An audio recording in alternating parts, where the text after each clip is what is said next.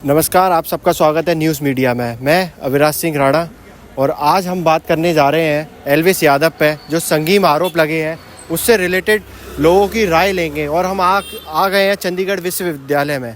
चलिए अब हम लेते हैं लोगों की राय। मैं आपका नेम? कोमल। कोमल। तो मैम, आप एल्विस यादव को जानते हो? हाँ जी, जानती हूँ।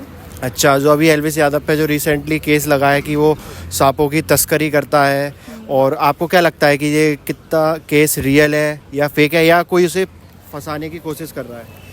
फंसाने की कोशिश ही कर रहा होगा कोई। मतलब मुझे तो बिल्कुल ही फेक लगा, क्योंकि मुझे नहीं लगता वो ऑलरेडी इतनी ऊपर पहुंच चुका है, तो वो ऐसा कुछ काम अभी उन्हें रिसेंटली में बिग बॉस OTT सीजन 2 के विजेता भी रहे हैं। हाँ। और उनके काफ़ी प्रोजेक्ट्स हैं जो आपको क्या लगता है इस केस के बाद उनके जो प्रोजेक्ट्स वगैरह होंगे उन पर क्या असर आएगा?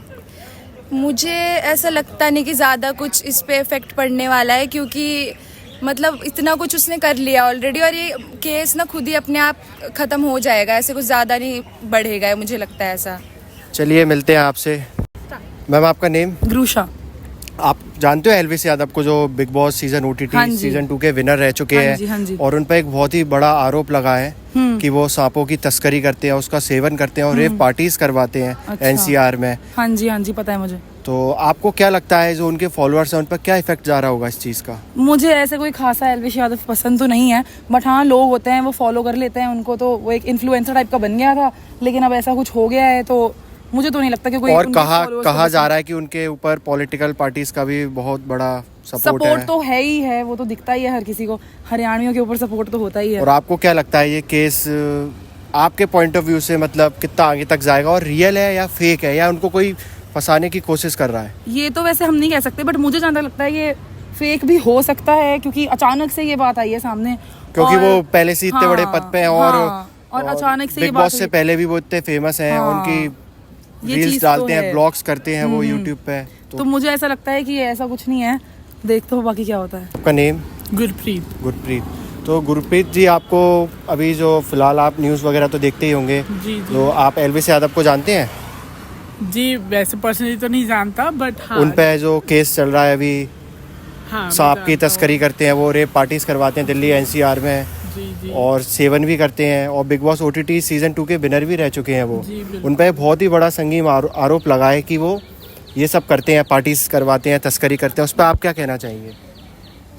इस पे मैं यही कहूँगा कि हमने जैसे हम सारे सोशल मीडिया से इतने ज़्यादा कनेक्टेड हैं, इन्फ्लुएंस होते हैं, बहुत ज़्यादा इन्फ्लुएंस्ड होते हैं, एंड एल्विस यादव ने यूथ पर बहुत ही गहरा प्रभाव छोड़ा है अपना, है ना। एक छाप छोड़ी है उनने यूथ को, मतलब पूरा कैप्चर कर रखा है जी, यूथ को। बिल्कुल। दूसरी बात ये है कि एल्विस यादव ने अपनी वीडियो में ही, अपने पोस्ट में जो उन्होंने अपना पोस्ट डाला उसमें क्लियर कर दिया था कि उनका इन मामलों से कोई ताल्लुक नहीं है। उन्होंने अगर मीडिया होगा को भी चेतावनी दी, अगर फेक न्यूज़ चलाओगे तो मैं डिफेमेशन का केस भी कर सकता जी, हूँ। बिल्कुल। तो वही बात है कि फेक न्यूज़ को इतना बढ़ावा बढ़ावा देती है। जैसे कि बहुत सारे मीडिया चैनल्स फेक न्यूज़ को बढ़ावा देते हैं। मैं ये कहना चाहूँगा कि इतना फेक न्यूज़ को बढ़ावा नहीं दिया, जब सामने से बंदा खुद कह रहा है, खुद अपनी सफाई दे रहा है। उन्होंने कबूल भी किया एक वीडियो में, अगर मैं निर्दोष, अगर मैंने ये सब किया तो आप मुझे सजा दो, जी। मैं इन्वेस्टिगेशन के लिए भी आऊँगा। जी। सर, आपका नेम? मेरा नाम राघवेंद्र प्रताप सिंह है। सर, आप एल्विस यादव को जानते हैं? हाँ, बहुत। Elvis Yadav YouTuber, famous YouTuber, big boss season OTT के विजेता।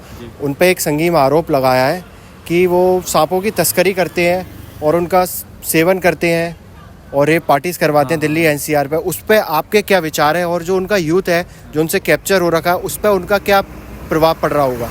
देखिए, जब तक ये आरोप सिद्ध नहीं हो जाते सही तरीके से, तब तक इसमें बोलना गलत है। लेकिन हाँ, अगर ये उन्होंने ऐसा किया तो यूथ पे गलत इन्फ्लुएंस जाएगा, क्योंकि आज यूथ उन्हें देख के चीज़ें कर रहा है।